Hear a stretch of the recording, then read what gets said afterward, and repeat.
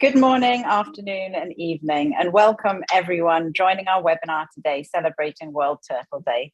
It's a real pleasure to have you all join us. I'm Narissa Chow, the Director of the IUCN SSC Asian Species Action Partnership, a partnership platform to end species extinctions in Southeast Asia. Populations of tortoises and freshwater turtles in Southeast Asia have been facing immense pressure over the last few decades. But with the dedicated efforts of conservationists across the region, the future of these species is looking much brighter today than it did 10 years ago. As part of World Turtle Day, we're launching a new report setting priorities for the conservation of Asia's tortoises and freshwater turtles, which puts forward key recommendations to stop decline and initiate recovery of the critically endangered tortoises and freshwater turtles found in this region. With more conservationists and greater conservation effort, we can bring these species back from the brink of extinction. And today, to celebrate World Turtle Day, we're going to hear the inspiring stories from 3 ASAP partners who are doing just that. So I'm going to hand over to Mary Ruth Lowe, our Partnership and Communications Manager, who will be moderating the session and introducing the speakers. Over to you, Mary Ruth. Thank you very much, Narissa. Hello, everyone. Before we proceed, I would like to highlight a few housekeeping matters. So participants will not be able to show your camera or unmute yourselves throughout the webinar, but please feel free to utilize the chat box to introduce yourselves and where you're from. We also invite you to submit your questions at any time during the webinar in the Q&A box and indicate whether the question is meant for a specific speaker or a general one. We will be recording this webinar and the link to the recording will be made available over the next few days. And I've also added the link to the report in the chat, and it is also available on our website at speciesonthebrink.org. So for now, we have Rick Hudson, President of the Turtle Survival Alliance, to give the introduction. Rick has been working at the Fort Worth Zoo for more than 40 years and is currently in the Conservation and Science Department. In 2001, Rick organized an IUCN Asian Turtle workshop that led to the formation of the Turtle Survival Alliance as an IUCN partnership network for sustainable captive management of freshwater turtles and tortoises. Rick served as the co-chair of the TSA from 2001 to 2009 and has been president since 2009. Under his leadership, the Turtle Survival Alliance has grown into an independent NGO that now supports or manages turtle research and conservation programs around the world. In 2012, Rick received the Baylor Turtle Conservation Award, which honors outstanding contributions and leadership in the international Kilonian conservation community. And he was also the recent recipient of the Columbus Zoo's Biennial Commitment to Conservation Award in recognition of 20 years of protecting endangered iguanas and turtles. Please join me in welcoming Rick. Good morning, everyone. I really want to apologize for my lack of video. We had it working a few minutes ago and I've lost it again, so my apologies. I want to welcome TSA's partners and colleagues throughout Southeast Asia to kick off World Turtle Day. World Turtle Day really has become a unifying event for the global turtle conservation community and is our opportunity to shed a much needed light on the plight of our shelled friends. So let me, I'll try to share a screen. I don't know if it's going to work now that, let's try it. Can you see that? Yes. All right. Well, thank you very much. We appear to be, at least you can see that we're rolling.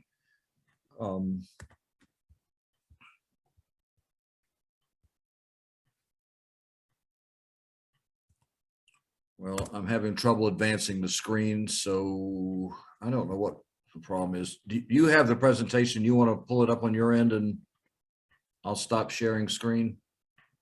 I'm not able to advance the slides. Okay, I'll do it. I'll stop sharing. Apologies.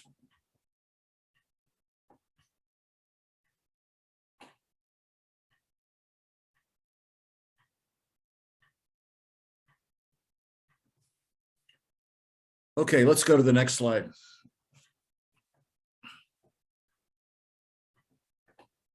Okay, so these really are troubled time for turtles, to quote the late John Baylor.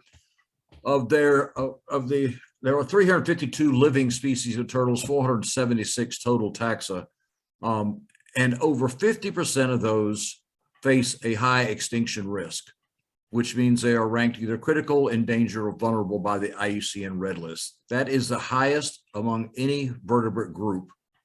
And unfortunately, we believe this number will increase in the coming years. And I want to throw in a little plug here about not only the plight of turtles, but the lack of identity that freshwater turtles and tortoises have. When you talk about turtle conservation, about 80% of people think you mean sea turtles. And I have nothing against sea turtles, but sea turtles comprise 7 species of the total turtle diversity, but about 80% or 90% of the income of the money spent on turtle conservation goes to sea turtles. We have an identity problem, and we need to change that. Next slide.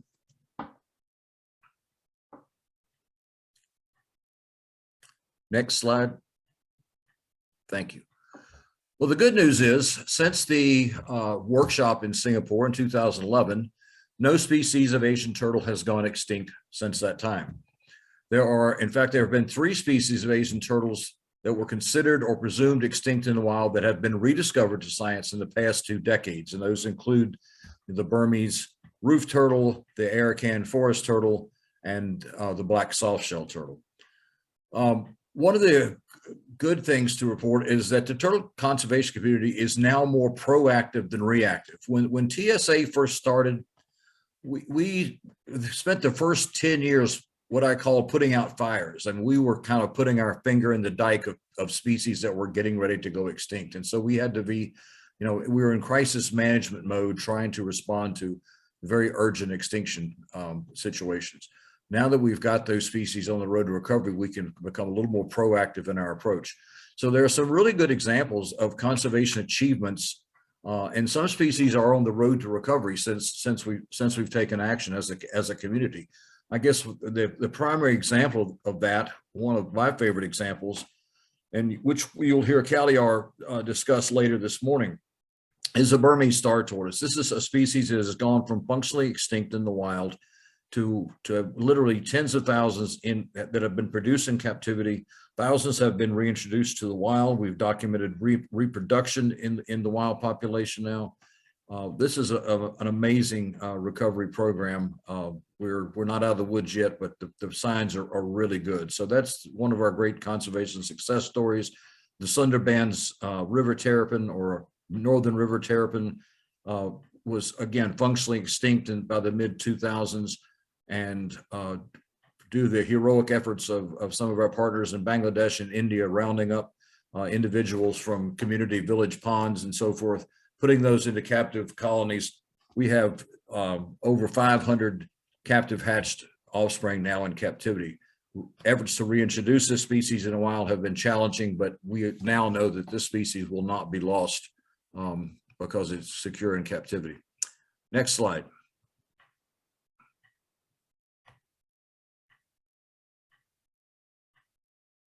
Thank you. And hope is still alive for others. This, of course, is the Yangtze giant soft-shuttle turtle. It's believed extinct in China, except for one non-reproductive male. Hope survives in Vietnam. This is a female confirmed recently from a lake in Vietnam. There's another animal in that same lake of an unknown sex, has not been trapped yet. And there's rumors of another turtle in another lake. So hope is still alive in Vietnam for this critically, the most endangered of any freshwater turtle. Next. The bad news is that we are still losing ground on some species. In 2011, at the time of the workshop, 36 species were listed as critically endangered. Today, that number is 42. Hunting for consumption and then international trade, along with habitat loss, are the primary drivers of those continued declines. And if we are unable to control this unsustainable illegal trade, this number will grow. Make no mistake, wildlife trafficking is the ¡1 threat confronting our efforts to protect turtles today. And if we can't control wildlife trade, we're likely to lose species. this is in fact, at this year's Turtle Survival Alliance Symposium in Tucson in August, we are holding a major session on wildlife trafficking, and we're bringing in international colleagues from all over the world to address this crisis. And there will be a morning session with presentations, and then there'll be working sessions in the evening and into the night. So we hope that this will be a catalytic moment in our efforts to confront wildlife trafficking. Next.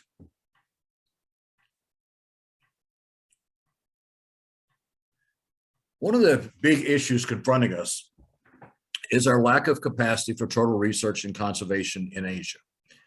We are, as a community, failing to recruit, train, and empower the next generation of turtle conservation biologists in Asia.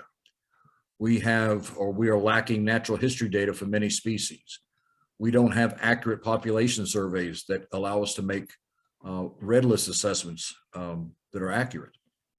So how do we incentivize university students to get involved in turtle conservation? How do we motivate young Asian biologists to pursue a career in conservation? And how do we identify those with a special interest in protecting turtles to follow their passion? When turtle conservation heroes emerge, like the ones pictured here, we have to empower them and employ them.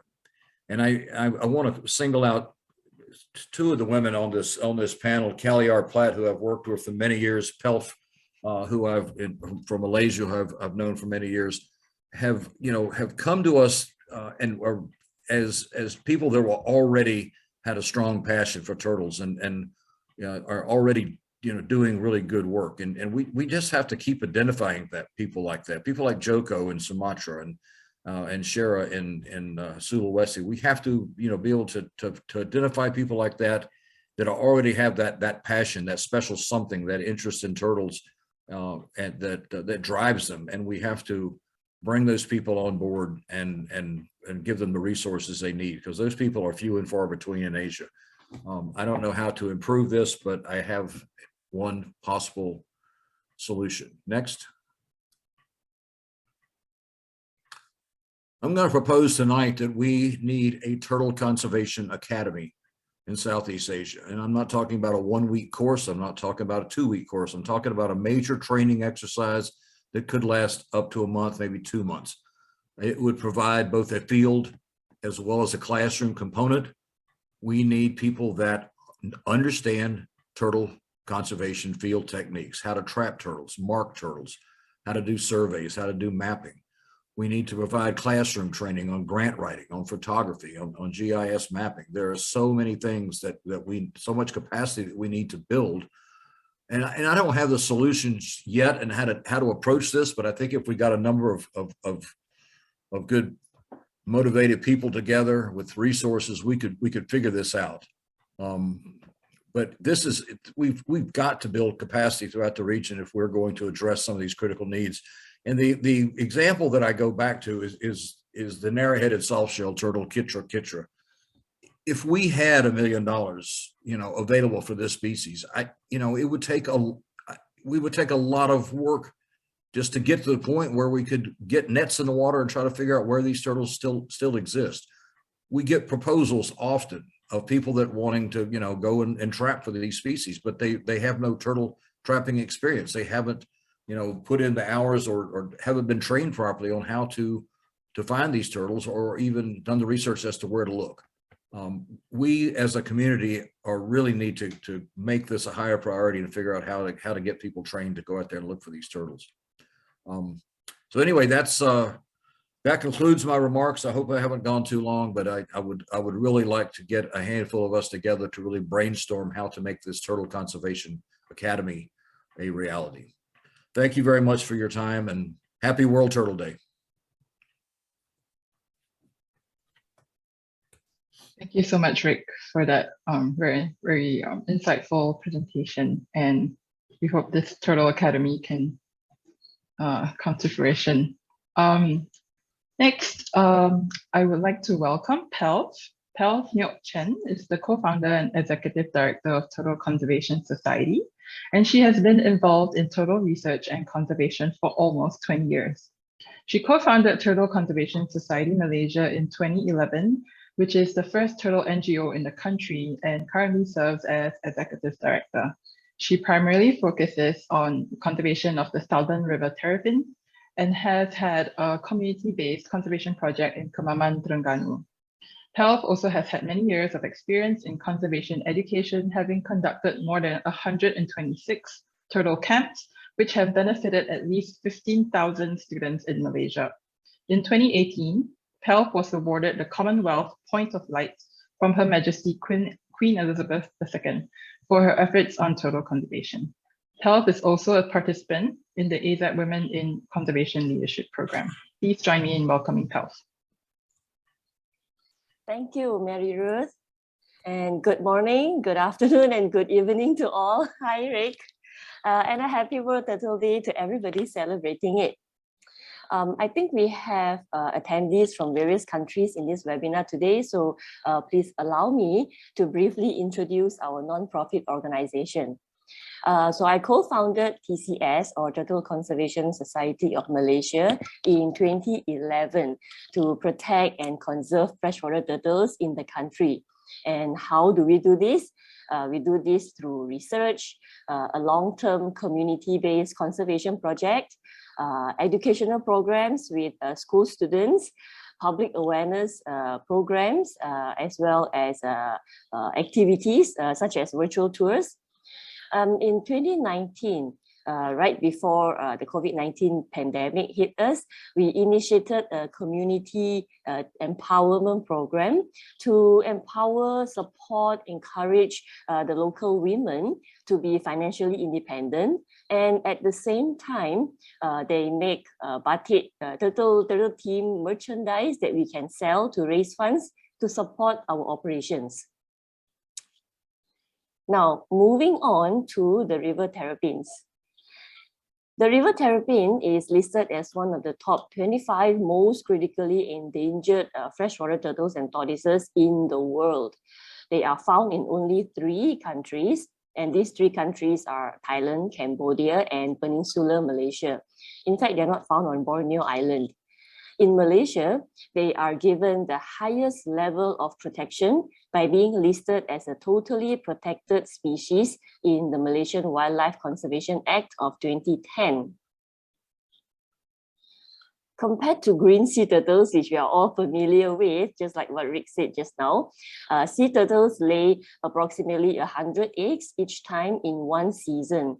But river terrapins lay only between 25 to 35 eggs at a time. The eggs are oblong in shape and they take about 80 to 100 days to hatch. Adult terrapins, they are herbivorous and their favorite food are the mangrove apples pictured on the right here. River terrapins play an important ecological role to the ecosystem. They keep our rivers clean, not by picking up plastic bags and trash, but by feeding on dead animal material in the river. They are also excellent seed dispersers.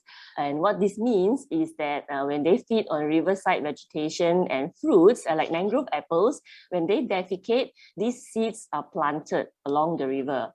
And this also means that the river terrapins grow their own food. Additionally, in the natural environment, terrapin eggs provide a source of food as well as nutrients for other wildlife, such as monitor lizards. However, their contributions are short-lived due to the threats that they face. For example, terrapin eggs are eagerly collected for consumption. The poaching of terrapin eggs has, in the past decades, many decades, has also contributed to the drastic decline of their wild populations. In fact, there is a river in Malaysia where terrapins are no longer found in the wild, and they are now raised and bred in captivity. Besides their eggs being eaten, they are also caught, sometimes killed, in fishing gears laid out in the river. Well, these fishing gears are meant to catch fish, but we do have evidence that terrapins and even birds were caught in these fishing gears. And terrapins also lose important nesting habitats due to large-scale sand mining operations along the river. So our project site is situated in the east coast state of Terengganu in Peninsular Malaysia, in a small village called Pasir Gajah, which literally means elephant sand village. 10 years ago, we initiated our community-based terrapin conservation project. We started working with 7 local villagers who were poachers up until that point. We camped out by the riverbank during the nesting season, and once the female has laid her eggs, the local villagers carried her, not me, carried her back to the campsite where we weighed and measured her and noted down injuries or abnormalities, and then we inserted a microchip for identification before we released the terrapin back into the river. This is a video clip that shows a post-nesting female compacting sand in her attempt to cover her nest. So in the process of compacting the sand, she makes a thumping sound, like tung, tung. So that is also why in the local Malay language, they are called the tuntung sungai. Tuntung means terrapin.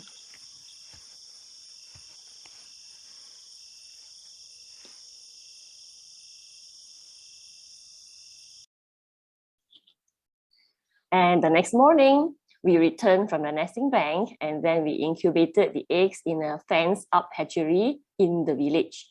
The river terrapin hatchlings will emerge after 80 to 100 days, after which they will be taken care of by another local villager for a few months until they are released into the Kemaman River.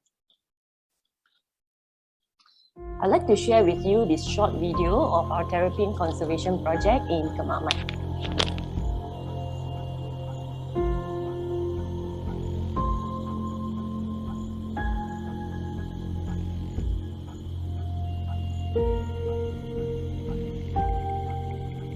Dulu saya selalu ambil telur kat sungai, kita makan ataupun kita jual.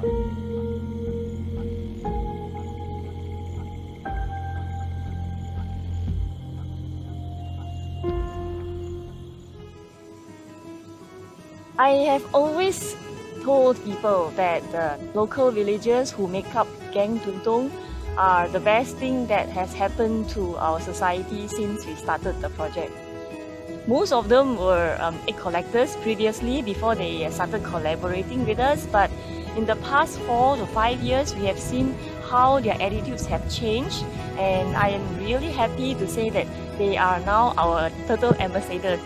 One of the members of our Gang Tuntung, Pak Wazir was originally from a different village. He wasn't born in Kampung Pasir Gajah. So he recently told me that when he first came to the village, he was treated as a nobody because he wasn't from here. But after collaborating with our society, after participating in the good work that we do in saving river terrapins from becoming extinct, he is now regarded as somebody respected in the village. And this is just a very small example of how a conservation project can impact somebody's life.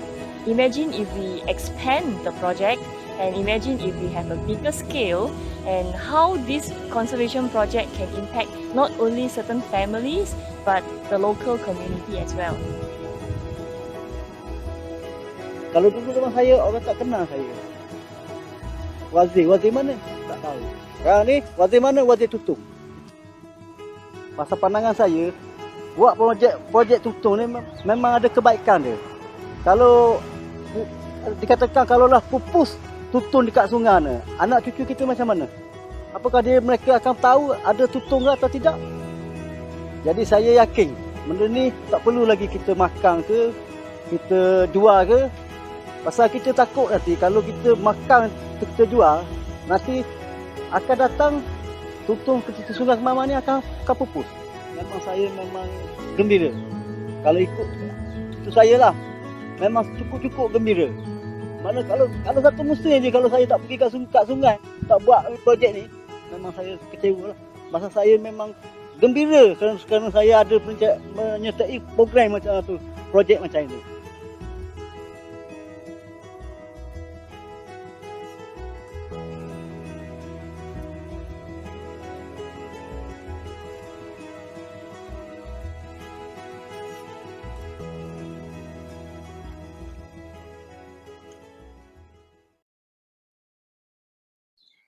In the past decade, we have observed that the terrapin nesting season lasted only approximately 30 days.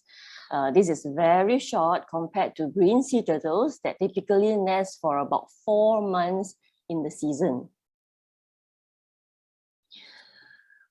Through our collaboration with the local villagers, we have collected more than 6,400 eggs from human consumption. That's excluding eggs from 2022. Also, when we started this project a decade ago, if you remember, we were working with 7 villages, protecting just 1 riverbank. After a decade, we are now working with 14 local villages, protecting terrapins and their eggs from 4 riverbanks. We did not release terrapins last year due to the COVID-19 SOPs enforced by the Malaysian government. But in the past 9 years, we have released more than 3,600 young terrapins into the Kemaman River. Without this conservation project, none of this would have happened. This slide shows some of the activities that we host during a terrapin release event. Our terrapin release ceremony is usually preceded by a host of activities ranging from aerobics to Zumba to community games, face painting, coloring contests, cooking and baking demonstrations, wildlife exhibitions, and lucky draws. If you're in Malaysia, our next terrapin release event will take place end of June. So please follow us on social media for updates. To support our conservation efforts, we turn to the general public, who are usually kind and compassionate and most importantly, generous. We offer the public an opportunity to be a part of what we do through a program we call a symbolic terrapin adoption program. Symbolic meaning I cannot send you the terrapin, I can only send you a certificate. For a small fee, you just pay one time, then you may symbolically adopt a terrapin. I'll send you a certificate. We will invite you to Kemaman to release your adopted terrapin into the river. And the fees that are raised from this adoption program goes to securing terrapin eggs as well as buying microchips. Social responsibility programs by corporate companies are also a good way to raise funds for our programs, as well as spread conservation awareness to those who would otherwise not have an opportunity to do hands-on conservation work. Our turtle discovery trips take guests on a one-day tour to learn about turtles, the threats that they face, as well as the actions that we can take to help prevent their extinction. Last May, we started hosting virtual tours to enable more people to visit us in the comfort of their homes. Besides Malaysians, guests have also attended our virtual tours from Hawaii, from US, New Zealand, the Philippines, Indonesia, Thailand, Vietnam, and Laos. I have been involved in turtle conservation long enough to acknowledge that we cannot only work with the animal or the wildlife that we want to protect. We also need to work with the local communities. And that led us to the initiation of our community empowerment program 3 years ago. We are currently working with a pilot 20 local women, and half of them are actively producing various merchandise with our handmade turtle batik. Our merchandise have been shipped to many countries, to England, to France, to India, China, Philippines, Indonesia, Singapore, Australia. In fact, the Stone Zoo and the Franklin Park Zoo in the US are currently selling our merchandise in their gift shops. In 2018, I was awarded the Commonwealth Point of Light Award by Her Majesty Queen Elizabeth II for our turtle conservation efforts. This recognition gives us a big vote of confidence to do more for our freshwater turtles. Moving on, we would place more focus on our research priorities. We will also intensify our conservation efforts. We will continue empowering the local women to produce high quality and unique merchandise that not only raises funds, but also spreads turtle conservation awareness. If you'd like to be a part of what we do, you could either join us as a short-term volunteer or as a student intern, or you could also offer your time and services from wherever you are. And with that, I leave you with our social media presence and a way to contact me. Thank you. Thank you so much for that wonderful presentation on your terrapin conservation efforts, Pelf. Thank you, Meru. It was really great to hear about Pak Wazir as well. For our next talk, we will have PROGRES, and please allow me to introduce them. So Sheherazade and Azim Aloyahana are from PROGRES. And PROGRES, or the Sulawesi Regional Ecological Conservation Initiative, was co-founded and is co-led by two women from Sulawesi, Sheherazade and Azim. They combine the power of science and community to fill the knowledge gap about biodiversity to better support conservation action while building connections with people to ensure the success and sustainability of this action. They have been working with the local community in various parts of Sulawesi to protect endangered yet overlooked wildlife. Shira earned her master's degree in wildlife ecology and conservation at the University of Florida and worked previously as a conservation scientist in Wildlife Conservation Society Indonesia, and is a participant in the AZAP Women in Conservation Leadership Program. Azim has over 20 years of experience in community-based conservation, establishing Alliance for Tompotika Conservation, and becoming the first and only female in Banggai nature lover groups. Today, Shira will represent PROGRES in sharing about their conservation efforts for Forsten's Tortoise. Please join me in welcoming Shira.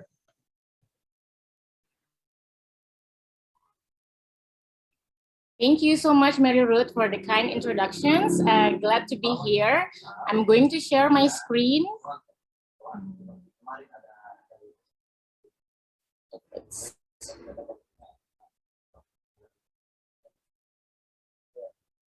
Yeah.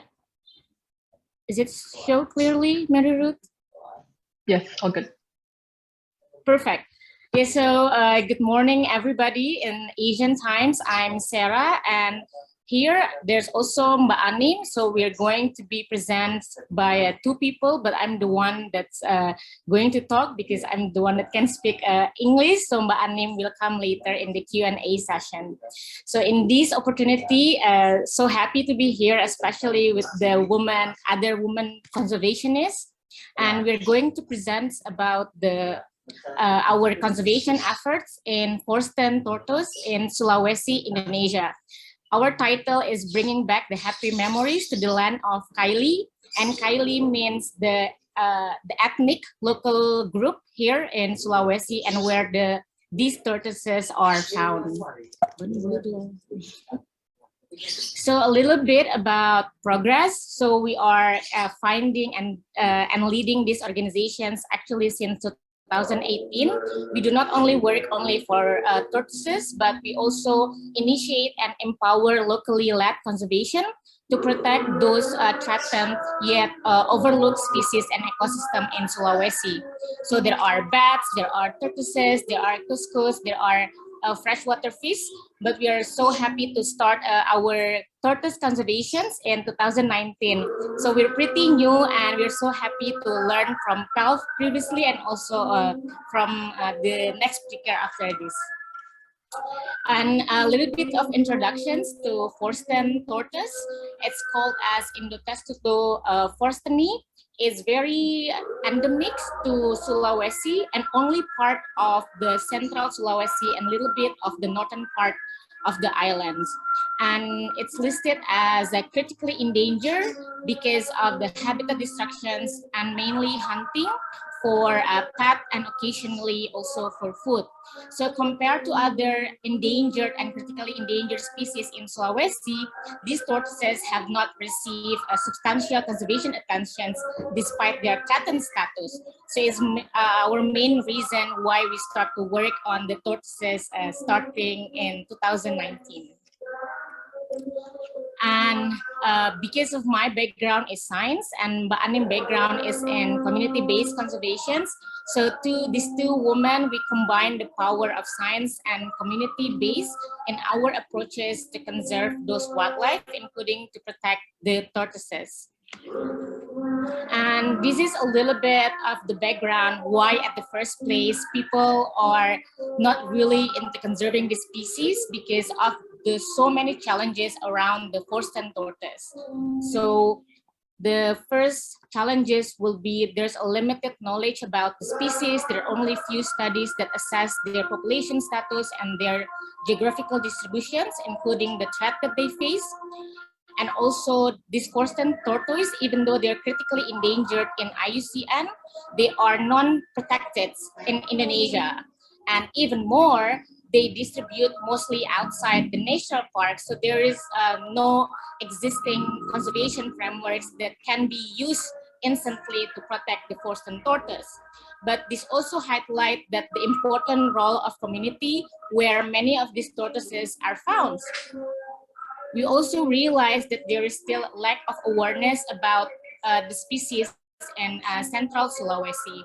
So these kind of challenges are the one that we started to address since 2019 by combining science in terms of conducting research on the population status, distribution, habitat use, and also the socioeconomic aspect. We also use the scientific informations to advocate in terms of regulating the trade and in the long term to put Forsten tortoise as the protected species. And in another side, in the community side, we started a pride campaign to nurture the sense of pride among the local community where the tortoises are still found. And this is our research area, and this was from maybe 10 to 15 years ago, so quite old research. And based on this research, the tortoises are mainly found in Palu Valley. So it's a city, the capital of central Sulawesi, all the way to the north. So these informations from the previous literatures, we are using it as a baseline to do preliminary survey in December 2019. So me and Mbak Anim, we just went around from village to really understand what's going on and to build the connections and the communications with the local community. And we realized from our survey that these tortoises actually have social and cultural values. So they are called as Bantiluku, and same as Pelf-Nyok. Bantiluku also means something in the local. It means slow. So in the local language, when the people are late, they were like, oh, macam Bantiluku kau ini le. Oh, you're like Bantiluku. So actually it's part of the local language, but people don't know what is Bantiluku and they don't ever even see the species. So there's this some sort of social cultural value tightly linked with the local ethnic group. And we also realized that the tortoises are become more difficult to be found in the wild. And based on this preliminary survey, we set up larger surveys across their distribution range. And our first projects in around the Palu Valley. So if I can show you, this is the Palu. So there is a bay, and then this is the city. It's surrounded by hilly side areas. So there are the dry and arid regions, and there are more the tropical humid regions. So these rugged terrains of the hills are the habitats that we survey for the tortoises. And this is our results. It looks a little bit bleak and reaffirm the critically endangered status of the tortoises and the urgency to save the species, because after two survey in the area, we only found 6 individuals after the 44-kilometer transects, and then 0 individual later. We found more the individuals that were traded instead the ones that we found them in the wild. We also conducted interview with the community for about 2 years, and also confirms the difficulty of seeing tortoises around their areas. And this is another research that we've conducted. We we've done this with the local youth group. So they went around all the way from Palu to the north, covering all the hypothetical distribution range of the tortoises. And from this survey, we found out the potential habitat for the Forsten tortoise, the yellow one, but also at the same time to record the Sulawesi forest turtle. So if you are not really familiar with tortoises in Sulawesi, there are only two endemic Selonians on the island, and that's Forsten tortoise and also Sulawesi forest turtle. And from our survey, it's very interesting about the tortoises itself. So they are found in the dry tropical savanna. Me and Ba'anim, we almost gave up on the project because how hot it is. It was like 40 degrees Celsius and very dry. But yes, we are still here. And then the second habitat, they're also found in humid tropical rainforest. But the point was that these habitats are mostly not in the national park. So we really need to work with the local community to secure the habitats and also reduce the hunting for the species. They also really like vibrant colors. So the dry tropical savanna, it looks really dull. And these tortoises like the fruits who have a vibrant color, so like the cactus, and also they really like the wild cucumber. And this is a very interesting part of ecology because Indonesia is very famous for its tropical rainforest, but we actually have the tropical dry savanna where these tortoises are living and where they depend on these vibrant color fruits. And in another side, because we gather already the scientific information on the populations and the ecology, we also try to understand the threat that are faced by these tortoises. That we realize that the trade of these tortoises disproportionately only benefit certain individuals that act as the trader. So the hunting itself are incidental. So if the local people just go to the forest to look for fodder or food for their cattle, they found tortoises and they just take it and waiting for someone to take the tortoises from them. So it's not they don't depend on the tortoises trade or hunting as their main livelihood. And the ones that profit from this trade, only a few individuals in around the area. And we also realized that the trade of these tortoises are actually exceeding the quota. So the tortoises are not protected in Indonesia, but there is a quota of 150 individuals per year, so they cannot allow. But based on our online monitoring, it's actually more than that, and it's tailored to domestic markets instead of the international markets. So based on those scientific informations, on the science part, we provide that reliable scientific information, and also we use this right now to establish collaborations with the local government agency to work to put moratorium on the trade and later in the long term to list the Forsten tortoise as a protected species. And what I want to highlight was that the community part where we work with the local community to empower and championing them as the local champions through capacity building and also the Pride campaign. We do hope that through these Pride campaigns and then the local champion, we can reduce the incidental hunting and increase the awareness and nurture sense of pride of having the species in their areas. And these are some of our activities. So we work mostly with the local youth. We do training and also we do awareness campaign with them. And this is actually where the title of bringing the happy memories were not there when we started this project. But as we went from village to village, we realized we met these old people and so after going from village to village, we realized that these tortoises brought so much happy memories to the old generations, because when they were kids and there was raining, the tortoises will just come out to the village and they can play with them. And the tortoise will just go back again to the forest. So we kind of want to bring this the same type of happiness to the younger generations that may have not seen the tortoises in their villages. So that's where the idea are coming from. wildlife are known to provide ecosystem services as seed dispersal and also pollinators, but we realize ecosystem services can also be a form of happiness. So that's what we are going for. And the last part,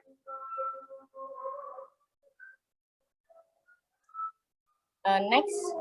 So we just, yeah.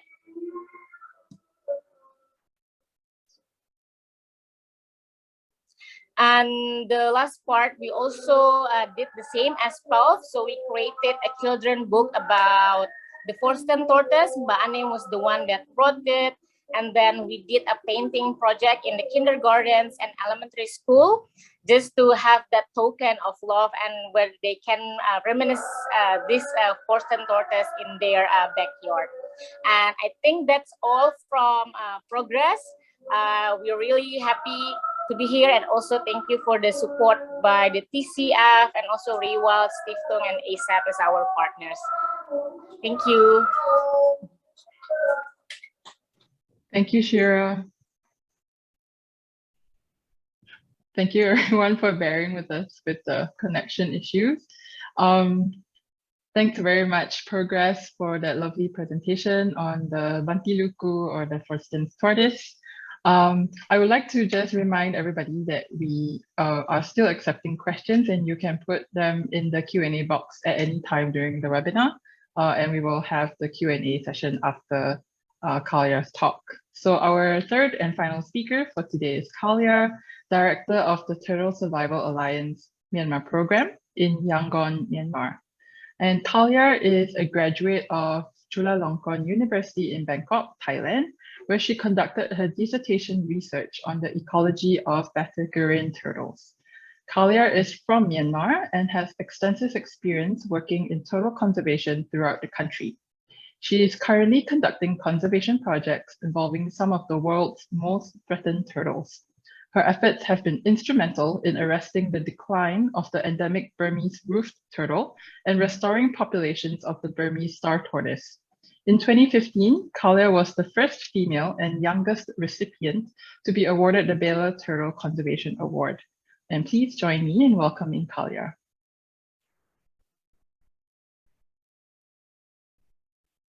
Hi, good morning, everyone. I hope you can see my presentation on your screen, right? Yes. Okay. Yes, I'm Kalyar Platt, and then I work for Turtle Survival Alliance in Myanmar program. And today I'm going to talk about our programs recovering critically endangered turtles in Myanmar. Kalyar, so sorry, you just need to, yeah, okay. Yeah.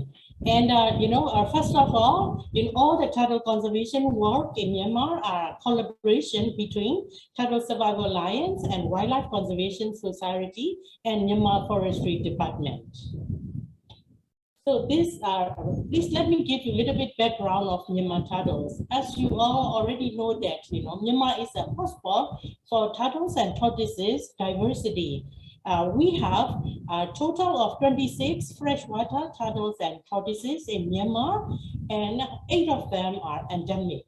But unfortunately, some species, we don't even study, or we don't even understand their natural history completely yet, but they are already facing threatened as a critically endangered or endangered. So 18 species are already threatened, including 7 endemic species. This is really alarming, That's why our conservation action is urgently needed to save these Myanmar turtles before they go extinct.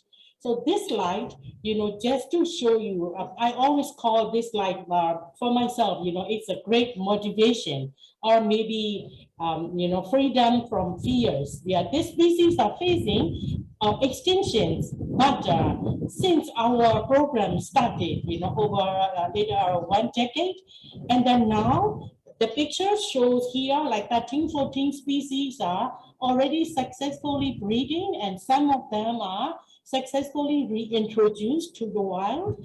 And so this is a big success of bringing them back from you know, from extinction. So if we all really put effort to save them right before they go extinct, we can save it just on time, you know. That's why I like to use this slide first to show you all the, you know, very cute little turtles, and also give us a big motivation that we can do it. Let me go to the next slide. Because of, you know, limited resources for funding and human resources, so we have to choose our core projects. So focal species for conservation, giving priorities as a critically endangered species and also endemic ones. So just showing in these pictures, our core projects are Burmese star tortoise, Burmese roof turtles, big-headed turtles, African forest turtles, and then Asian brown tortoises. You know, they all are really critically endangered and then are ranked in the top rarest 25th species that we really need to conserve those before they go extinct. So let me explain you know, project by project a little bit with the time given. So let me start with the Burmese star tortoise, which is endemic to dry zone of Myanmar. And since 1990s, you know, this species is very popular in the rampant collection in the pet trade, and also habitat loss and then chronic subsistence for local harvest. That's why this species become ecological extinct by early 2000s. So our ex-situ conservation strategies were started. So our strategies for Burmese star tortoises were setting up assurance colonies. After that, reintroductions, and now we also doing egg translocations.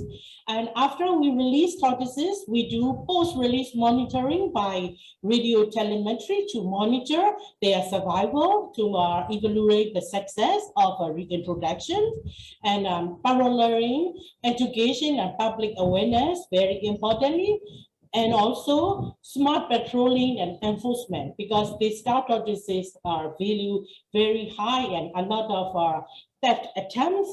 So we have to do patrolling and enforcement as well. And then we have to guard those tortoises on the site by 24/7, you know, all the time that our guards are on the ground. So let me go by one. Assurance colonies. 3 assurance colonies were established in Myanmar. Started with 175 tortoises confiscated by Forestry Department, and we put them in 3 different assurance colonies: Loka, Nanda, Minzong Town, and Sheherazade. So from that, now producing more than 2,000 our hatchlings produced annually, and we now have more than 1,000 tortoises are being captive in those assurance colonies. So since we have, you know, doing assurance colonies to reproduce a lot of our, you know, successful breeding, and then the hatchlings, then we will raise them, head start them, and when they become a 5-6-year-old, you know, quite good enough size for predator proof, then we start reintroduce them because we want to see the variable populations re-established in Myanmar. So when we introduce them, we use the self-release strategy. So we already reintroduced 2,800 tortoises in Minzong Town and Sheherazade. And you know, when we reintroduce, we practice self-release. You know, we experiment soft-release and hard-release comparison, and then soft-release, we experiment at the beginning, 6-month panning, 12 months panning, and 18 months panning, basically just to train them to like their new release site, to engender site fidelity. So, you know, after 1 year, after experiments a few years, we know that after 1 year, they like to stay when we release them. So we open the gate and then let them disperse by themselves voluntarily. And then we put radio telemetry on the back of their shell, and we follow them with this radio telemetry technique, and follow them once a week to evaluate, to study their dispersal pattern, their movement, and their activity area, and also survival rate. So this successful introductions program will be replicated in Chatin Wildlife Sanctuary when the situation given. And the third strategy we do is egg translocations. This egg translocation is really a novel strategy in tortoise conservation in the world. We can practice this strategy because we have more than 5,000 star tortoise eggs from 2 main assurance colonies. That's why we move the eggs from the assurance colony and then bury them in the wild. Initial results were discouraging, but with the improvement, the success increased from 2018, 2019 onwards. This novel strategy we can practice because of, we have many eggs from 2 centuries, and if this works, this is much better for the hatchlings on their natural selection, as well as much cheaper, no, I shouldn't say cheaper, it's much more economic than head starting, So we experiment these egg translocations, and now more than 50% hatch. So we are now doing 50% of our star tortoises eggs from the assurance colony are transferred to the wild and let them hatch naturally. So for better natural selection on hatchlings.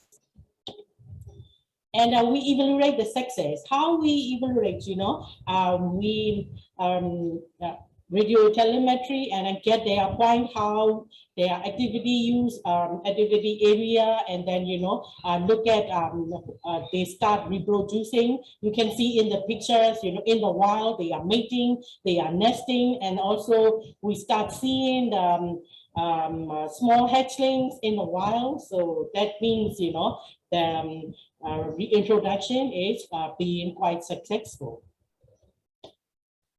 So now let me move to another species, Burmese roof turtle, one of the world's rarest species. And this is endemic to large rivers in Myanmar. And until 2000, this species is feared extinct. The last seen in 1935, and then in 2001, TSA and WCS team rediscovered in Chindrin and Dotari rivers, and also rediscovered one single remaining population with about 5 breeding females, males probably less than that unknown. Since then, since 2005, our conservation strategies started.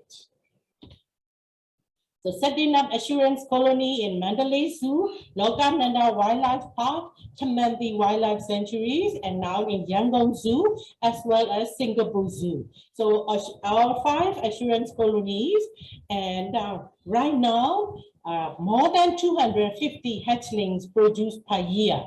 And we had started, and when they reach 6-7 years old, then we moved to the much bigger ponds, and then we were released to Chindrin River. And for these big riverine turtles, we use our conservation strategy in Chindrin with the 2 strategies, mixture of in situ and ex situ strategies. So for in situ, what we do is we protect nesting sites and collect clutches shortly after laying. And we collect all those eggs and transfer to base camp for incubation, just like in this picture. Then we head start the hatchlings. So since the project started in 2006 to date, we have reproduced, more than 1,000 roof turtles in those captive breeding centers, those head starting, and then we already released 148 head started turtles to Chindrin River. So one reintroduction to Children River, we also use the panning for a few months of release.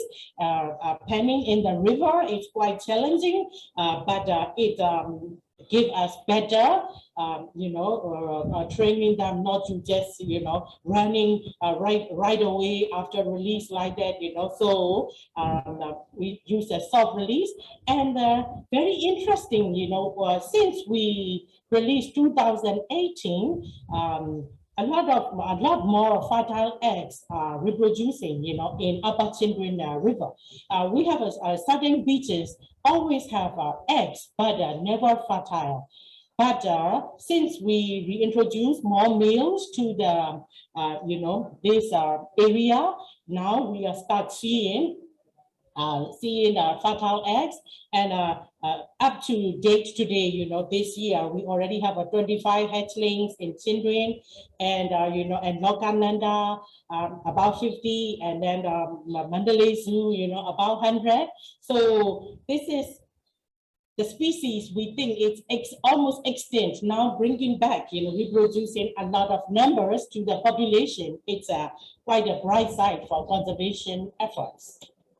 So this slide just to show you our study area, and we use sonic telemetry, VHF telemetry, just to learn their survival rate and movement patterns like that.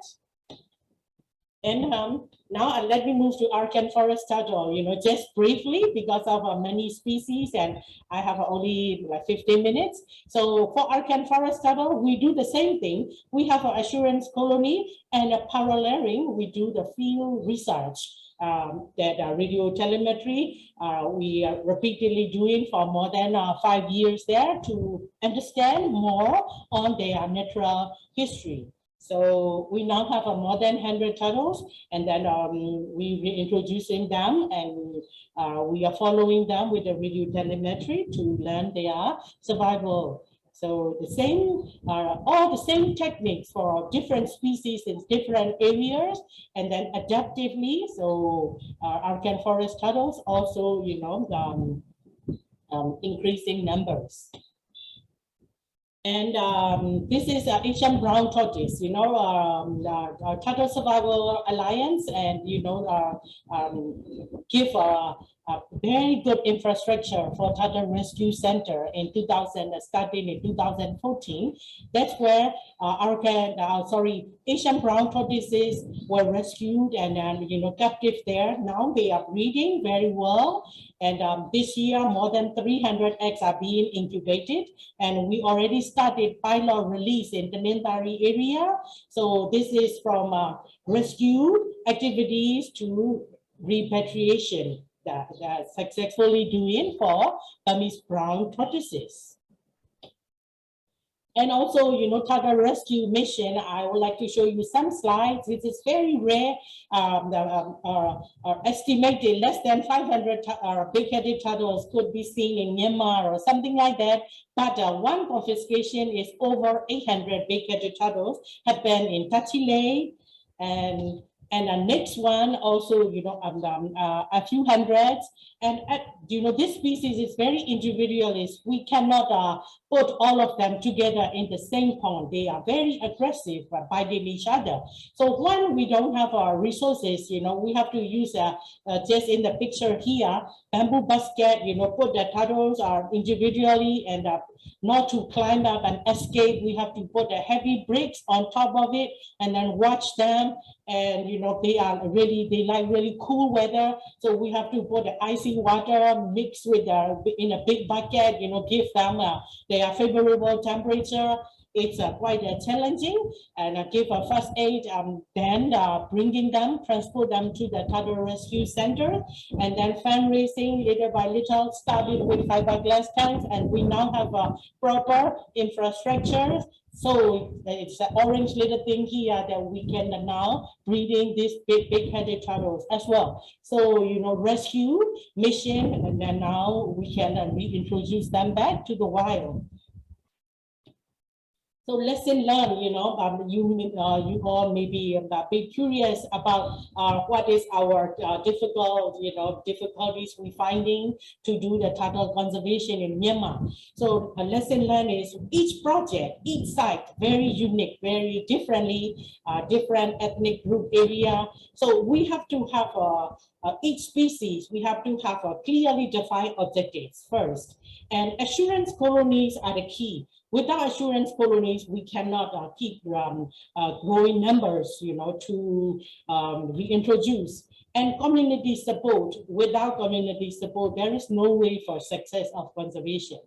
And threats must be addressed immediately, and all the threats are always changing, very challenging, and we have to address it right away.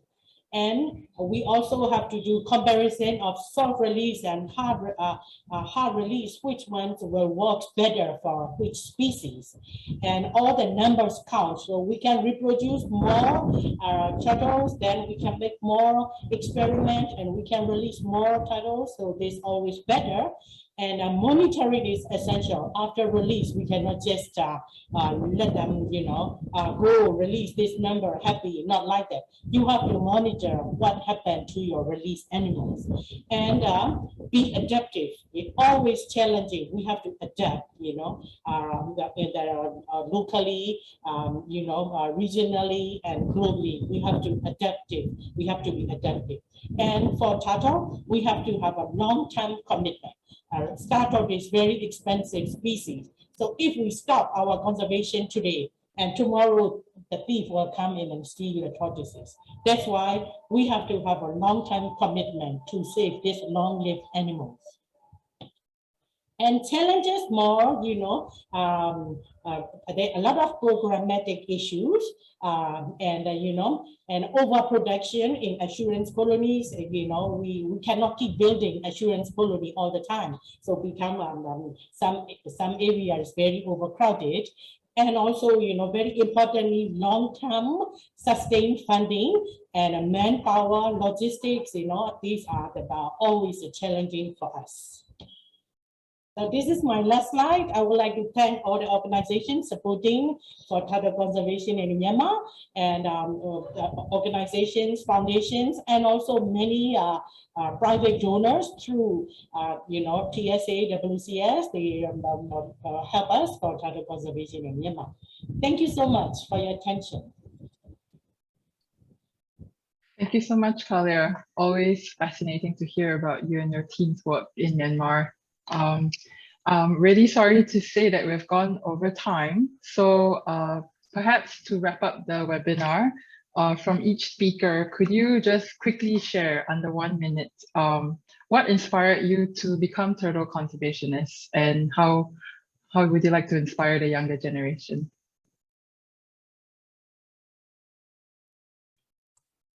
Kalyar, perhaps you could start.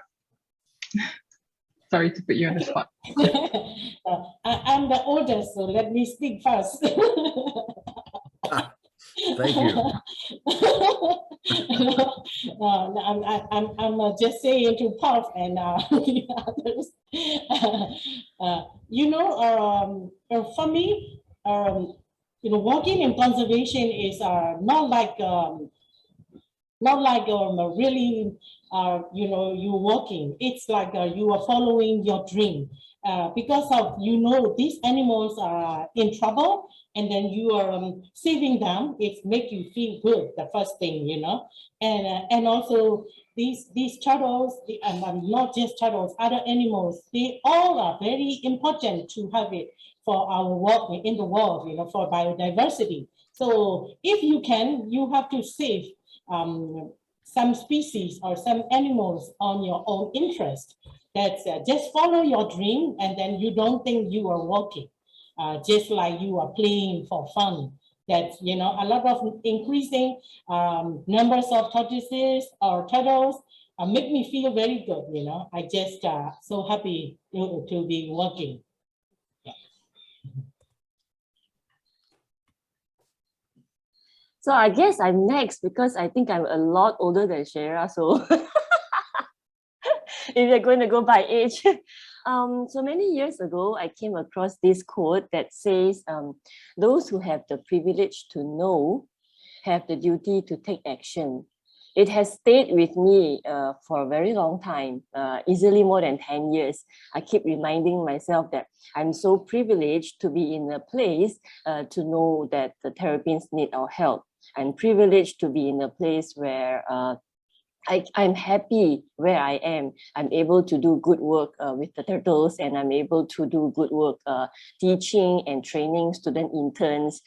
Even during our virtual tours, we keep spreading awareness and new knowledge and information to the public. And people always come to us and tell us that, oh, I totally enjoyed that talk. Oh, I totally enjoyed that virtual tour. I'm going to tell my friends about it. So I guess these are the little successes. These are the little plus points that make it easier for us to take action. Yeah, so I do not know how to inspire young people. We take student interns, about 8 to 10 persons in a year. We try our best to show them the reality of working in conservation. Of course, not sugarcoating it and say it is a nice job. You go to work in a pretty dress with your cock high heel shoes. Totally not like that. My interns get dirty all the time. But hopefully through this way, we attract the people who want to be here and do this work. Yeah. Over to you, Shera. I will let Mbak Anim. Okay. Beberapa tahun lalu saya hanya mengenal hewan yang populer di Sulawesi seperti maleo, babirusa, anoa. Waktu kami dedikasikan progres untuk satwa terancam punah, terabaikan, kami baru tahu bahwa ternyata di Sulawesi ini ada banding Sulawesi yang hanya spesial ada di Sulawesi Tengah. Itu yang membuat saya tertarik untuk menyelamatkan, karena daerah tempat populasinya, habitatnya sangat kecil dibanding Pulau Sulawesi. Yeah, so Mbak Anim share her part that when we started this journey, we only know about the famous species, and we didn't realize that there were these tortoises that were endemic to the islands and receive attentions. And also for me, myself, working with the Forsten tortoise, sometimes in conservation, you need to build that fancy narrative, right? Oh, this is important for the ecosystem. They are that like indeed important, but with Forsten tortoise, we don't have such information yet. So we become creative at like building the sense of pride, just to love the tortoises as they are, to really care about their intrinsic value. So it's something that we are inspired and going to continue also for other species that may not look as famous or as that important. So yeah, that's our inspiration. Thank you. Thank you. Rick, would you like to share too? Well, I can't, my screen doesn't open, but I will certainly agree with Kalyar that working to save turtles and protect turtles is not like going to work. It's following your passion and doing what you love and enjoy, and I don't feel like I've ever had to go to work a day since I started doing this. It's just I'm just driven to save turtles, and I love turtles. I have since I was a child. I hate seeing them being abused. I hate seeing what's happening to turtles, and so it really drives me to work hard to protect them. And I think that this saving turtles is a battle we can win. I really believe that. I wouldn't be in this fight if we couldn't win it. And time is on our side. They're long-lived animals.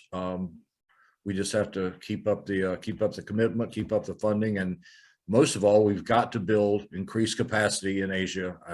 I hate to keep saying this, but it's really important that we do that. So, thank you for the opportunity to speak this morning, and I really appreciate all the presentations.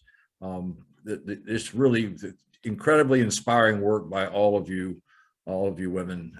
It's amazing, and it seems like when it comes to getting turtle conservation work done in Southeast Asia, it's always the women that are doing the heavy lifting. So thank you all.